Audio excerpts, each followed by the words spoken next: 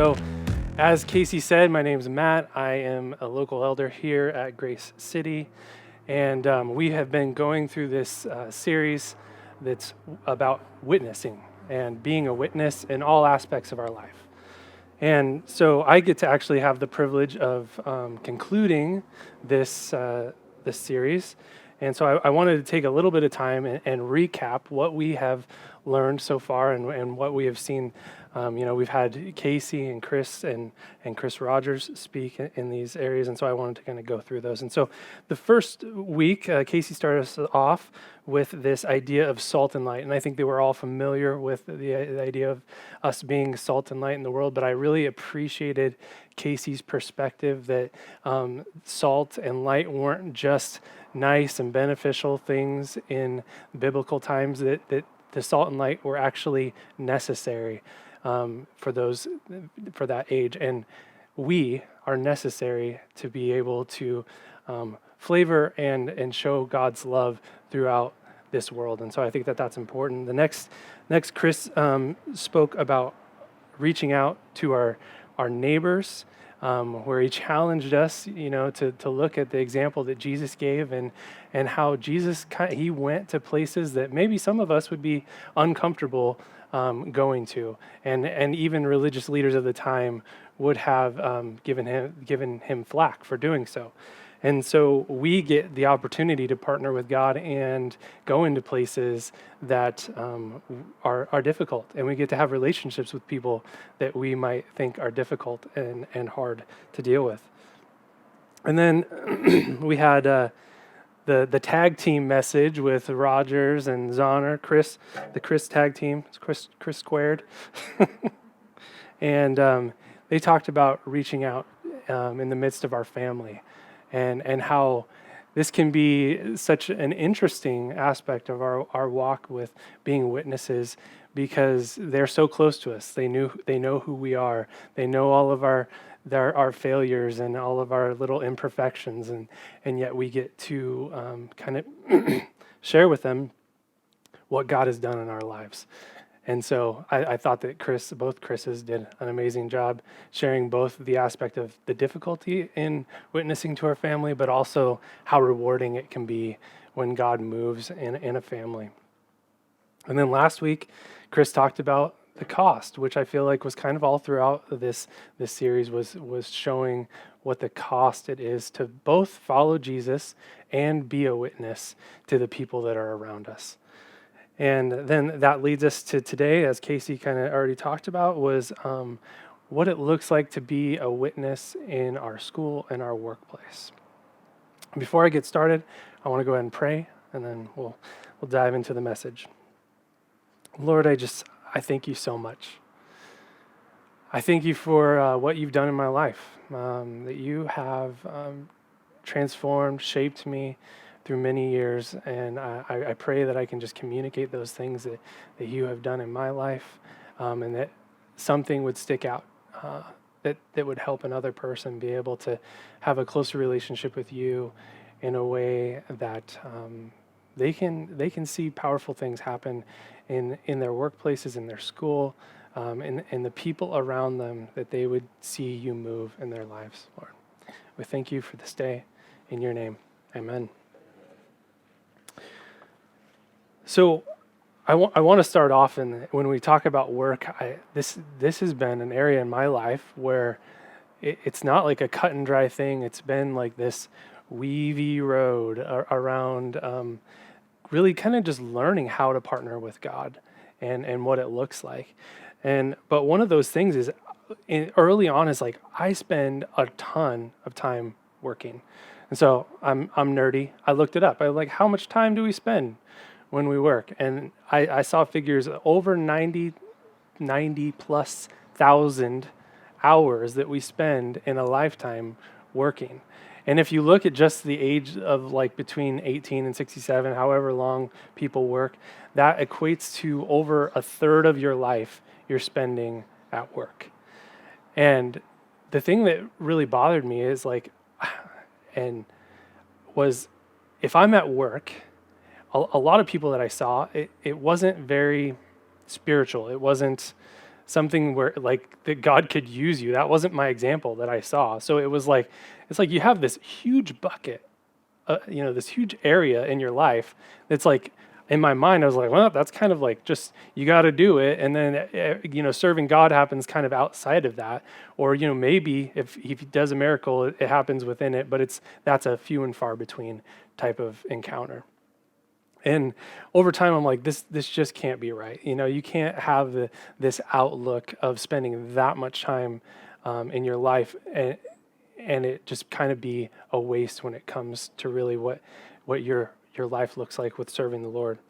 And so one of the things I've heard several messages about this, but before we go into this, I really want to make sure that we understand the idea of work as God created and God designed it.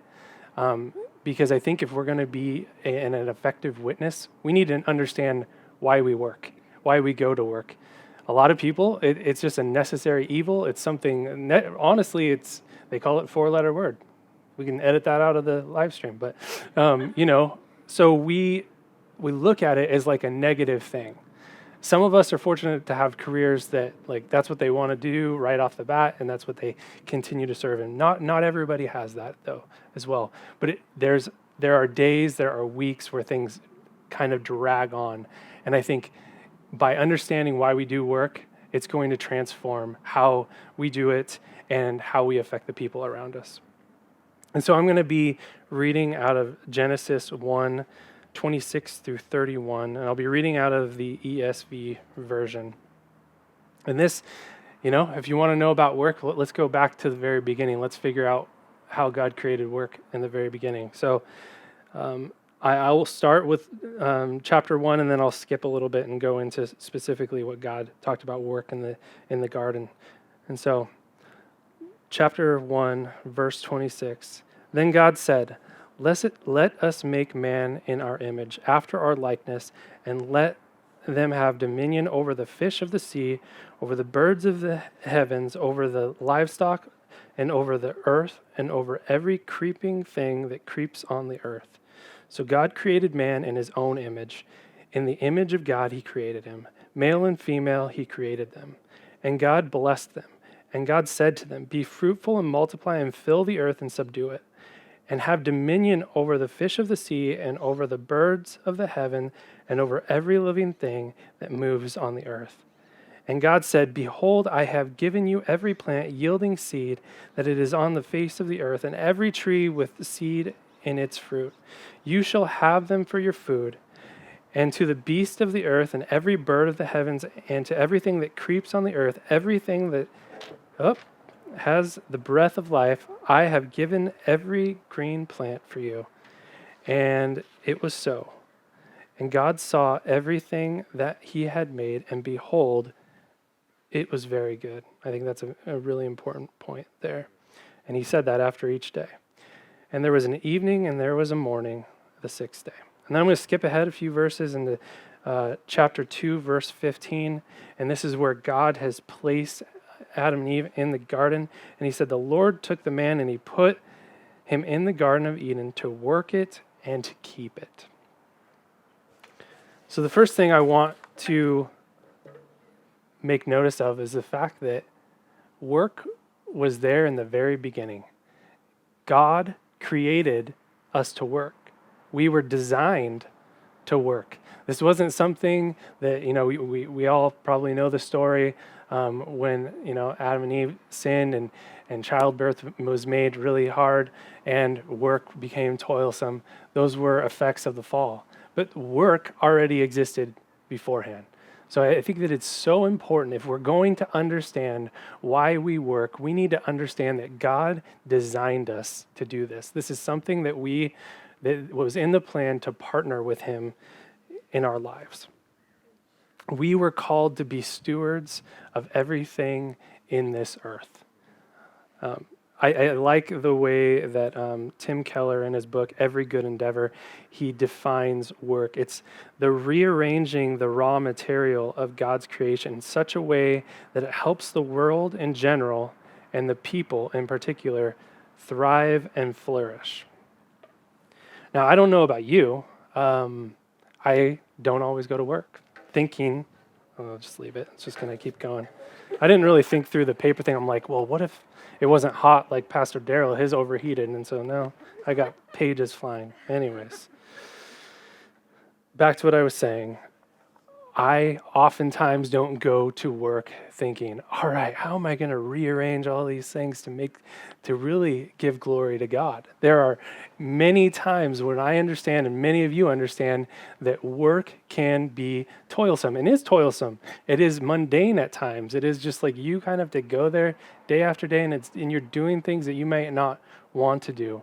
But the overarching thing is you're doing something that you want to do, hopefully.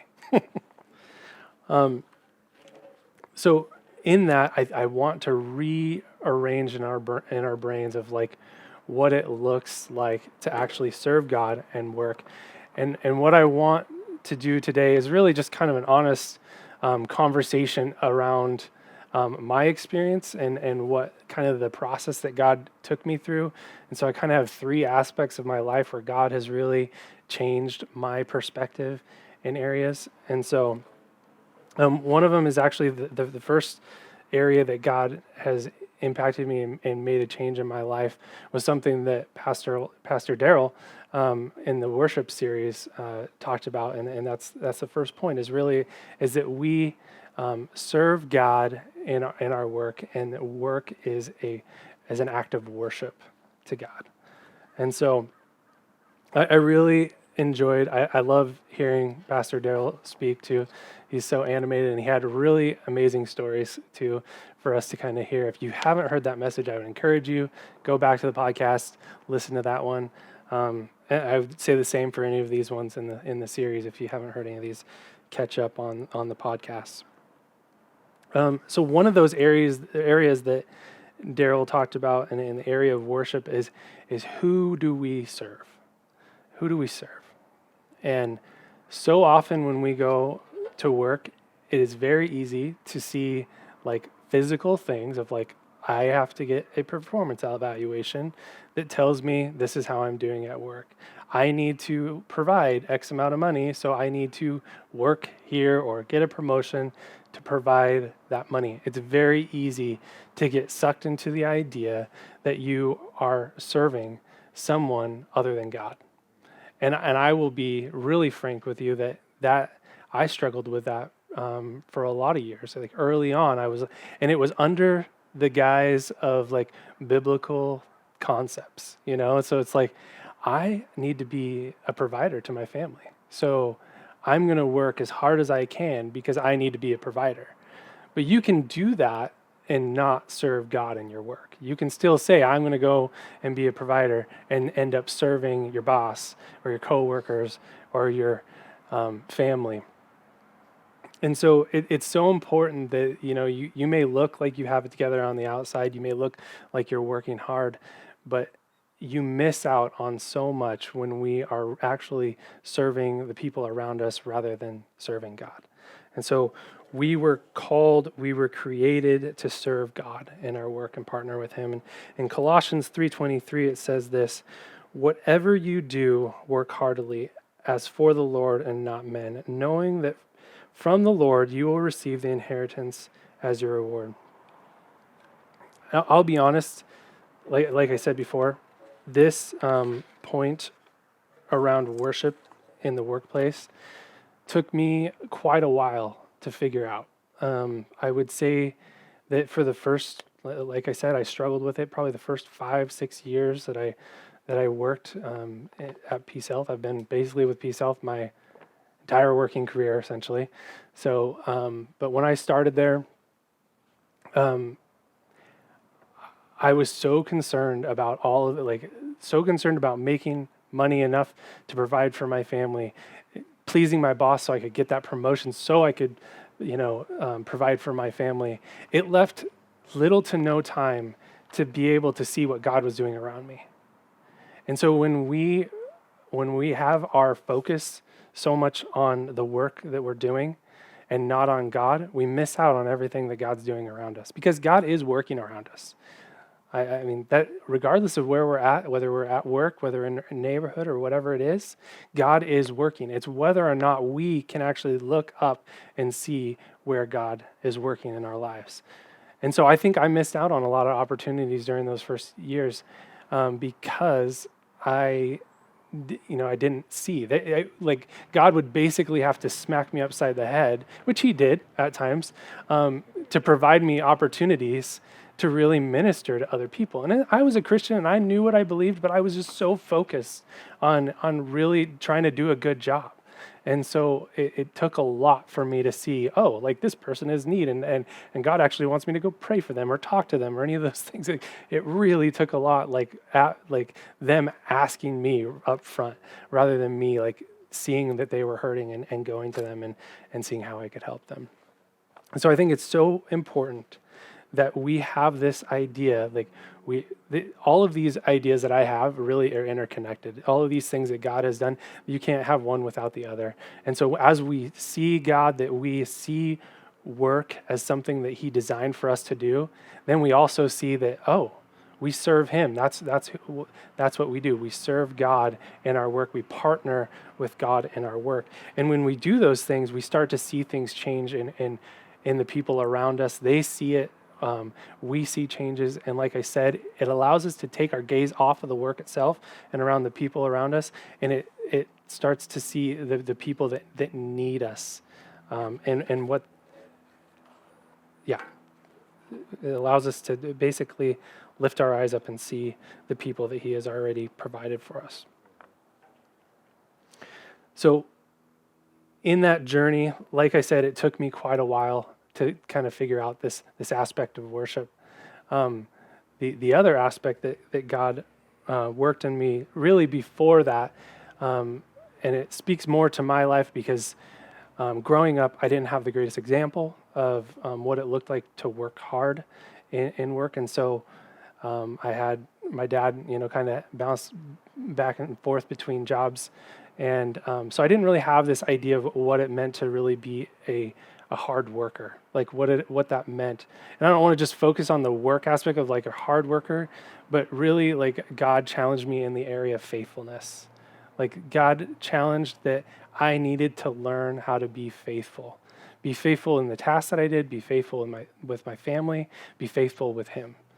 And so in that journey of learning about worship, then it kind of transitioned to see like what it meant to be a faithful worker. And I have a funny story because there was a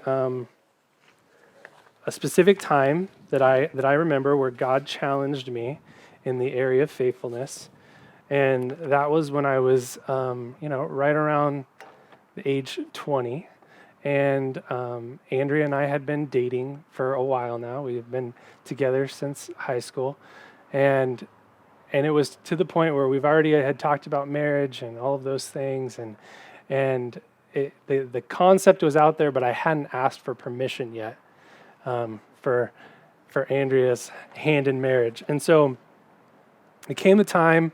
I set the date. I talked to Irene and Lauren. I said, like, okay, we're going to come over, and it's going to be us. We're going to have a conversation.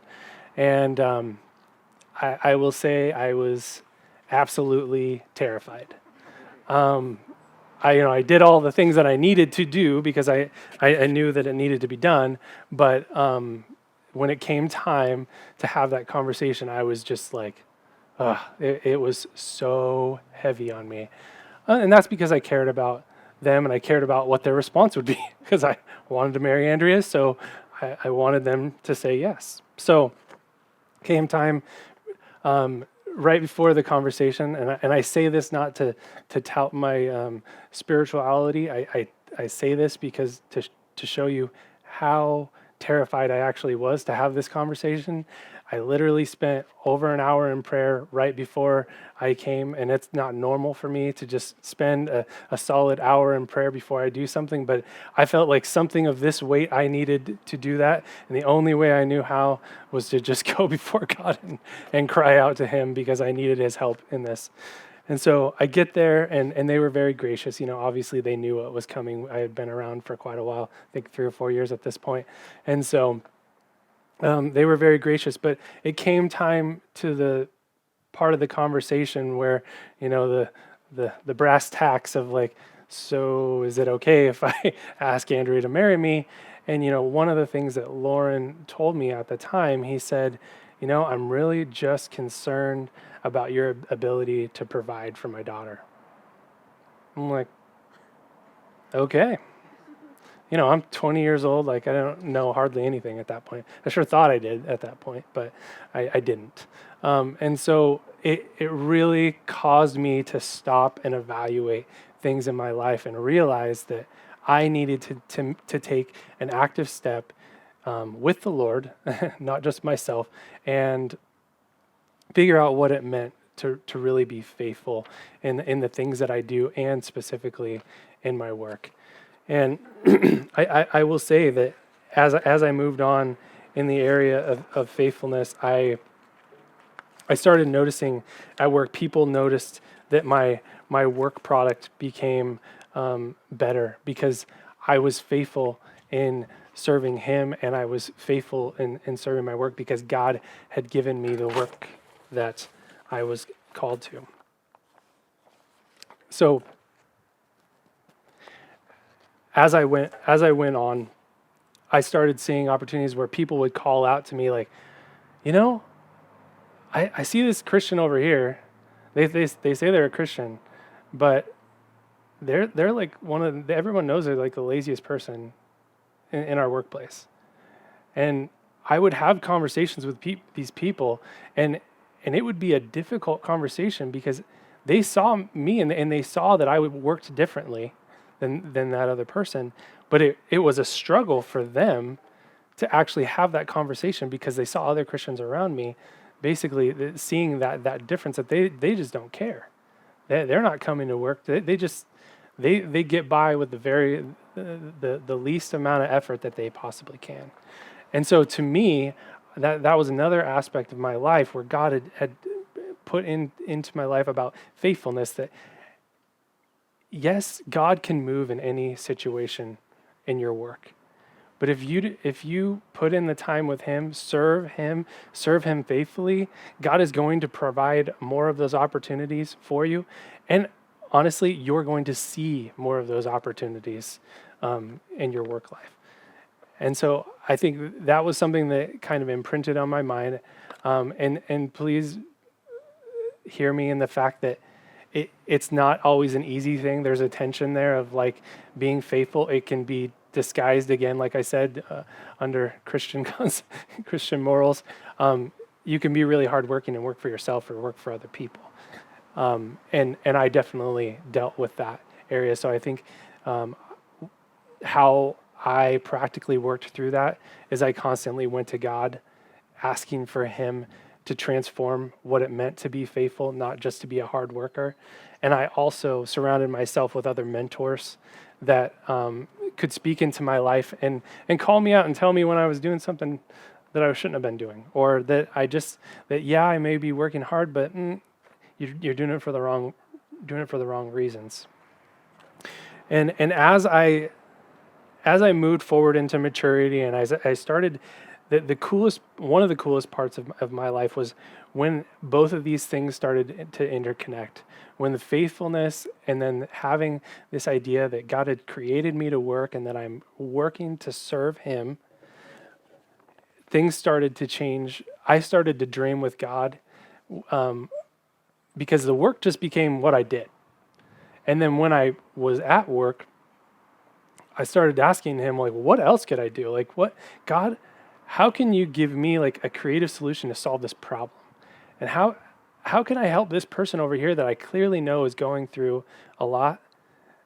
Can you give me an opportunity to share your love with that person, even if it's just, being there for them and talking with them? And he did. He started to show up. And that kind of leads me to my next point. And that other part is like, as you go forward and you worship him, as you serve him in your work, and as you're faithful, God starts showing up in powerful ways. And so through power, through the Holy Spirit, you start to unlock something that's so much cooler than you ever really imagined when it comes to work. And so I started seeing moments where, like I said, I would just start praying in the moment when I was at work. I would be in a meeting and people would be talking about, how do we fix this problem? And I'm like, you know what? My God knows how to fix that problem. And so I start praying right there. God, give me something here different, because like, I don't know. I don't have that knowledge right now, but you do. You know how to fix this problem. I had coworkers that would come crying to me because their marriages were potentially ending, or the problems with their kids. And I got to just sit with them and I got to be there with them. Sometimes I got to share Christ with them, whatever, in whatever scenario. And those opportunities, I don't believe would have happened if I would have been so focused on the work that I was doing. So I kind of want to wrap things up. Before I do, I'm going to actually have the worship team come up, if I can keep my notes on the stand here. Basically, I want to tell you a little story about how God used me in a particular scenario where I really saw all of these things come together, where I saw I was serving God in my work, I was being faithful, and I was asking for God to really show up in powerful ways. So some of you may know Brad. He was, at first, I met Brad. He was a contractor, so he worked from Madison, Wisconsin, and he would come here every week, and he would be here for a few days, and then he would leave. So while Brad was here as a contractor, him and I got to share an office. It was a very small space, definitely not approved for COVID these days. We were very close together. If we scooted back enough, we would be hitting chairs. But through that time, we got to really kind of connect with each other. We got to spend time with one another. We got to talk about just random things. We loved food, and so we would talk about all the cool places we could go eat in Eugene. So we just kind of developed this friendship.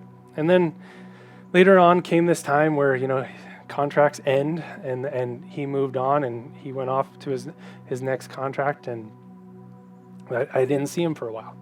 And so then probably 6 or 8 months later, I don't even know the time frame, it came time that PeaceHealth needed an FTE, like a full-time position for an analyst. And we had been racking our brains, trying to find a candidate and everything like that. And my boss and I were kind of going through, who we could talk to about joining PeaceHealth. We needed, and so we had basically come to a decision. We were gonna offer the job to this young woman that we had worked with in a previous capacity, and so we were gonna go to her. And right before that took place, I need to text Brad and just throw it out there, even though I think it's crazy, because in order to offer this FTE position, he's going to have to move from wherever he's at right now to Eugene, Oregon, and just uproot his whole family and do this. So I'm like, but you know what, God, you're bigger than that. And this was one of those moments where I kind of just said, all right, God, if this is you, you'll make it happen. And so I texted him. I didn't hear back for a little while. And then it came time where my boss was going, literally the day he was going to offer this job to another person. And Brad texted me back. And so I got this text, and he's like, I'm really interested. I'd love to hear more about the position and go down that path. And so I frantically text my boss and tell him, hey, Brad's interested. And he my boss, who wasn't really a Christian, I think he had some, grew up in church at time or something like that. He just said, Matt, I literally was about to dial the person that we were going to offer the job to, and you called me right when I picked up the phone to dial, and I just said, that's cool. I didn't know much about it at the time, but he recognized that being not really believing in Christ, he recognized that's not normal. That's something's different about this. And so I'm like, yeah, something is different about this. God's working. And I didn't know what was going to happen, but he's working. So fast forward, Brad ends up taking the position. and he comes to work at Peace Health, and we just continue being friends, continue to work in our small little office. And, one day he asked me, "Hey, Matt, I know you go to church. We had talked about things. Where do you go to church?" And so I told him, I go to Grace City. And so he's like, "I'm going to go to church with you." I'm like, "Great." I can't say that I ever really invited him. He invited himself. I believe that I was just serving God, acting faithfully, and allowing God to work through me in that space. And so, Brad started coming to church, and probably one of the coolest moments that I got to participate was, several months later, God put it on Brad's heart that he needed to be baptized. And so I actually got to baptize Brad when he was here. And so I look at that, and there was just all these little moments. It's not like just this one big moment that I saw God moving. It was all these little moments, and that goes back to the faithfulness. It's like each of those little moments, I submitted those to God. And whatever you're going to do with it, I hope that that's a good seed. And I'm sure I messed it up along the way too. I'm sure I dug up some seeds or something like that along the way. And I think that that's okay, because God works through that. Well, God works through our imperfections. That's where the power and the partnership comes in. And so, I guess what I want to share overall is when we get all of these things together, when you really understand the fact that God designed us to work, that this isn't something that he's punishing us with. And then when you go to work and you serve Jesus as your boss and not your actual boss or your family or whatever it is, and then you expect big things to happen because you're partnering with him, I believe, how exciting is that to kind of just go to work knowing that God is going to work and to move in your life? Because to me, it gave me new life in work, because I knew I was going to, like I said, 90,000 hours, that's a lot of time. So if we spend all that time and we leave it as something that we don't really get to experience him, I think that that's something we're wasting. And so I would encourage you, hopefully there was something in this that, tugged at your heart. But God wants to partner with us in our work. He designed us to work and be partnered with him. And when we do so, it becomes exciting. We get to work with him. We get to see him move in ways that we haven't seen him before. And so I would encourage you as you go into your work, you get excited because you don't know what God's going to do, and give over that time to him. So with that, I'm going to hand it over to the worship team. Hey, thanks for checking out our YouTube video today. We appreciate you taking the time to tune in with us. Before you take off, please hit the like button. And if you want more of this content and you want to be notified when we put out new videos, hit the subscribe button and the little bell for notifications right next to it. We'll look forward to seeing you next time.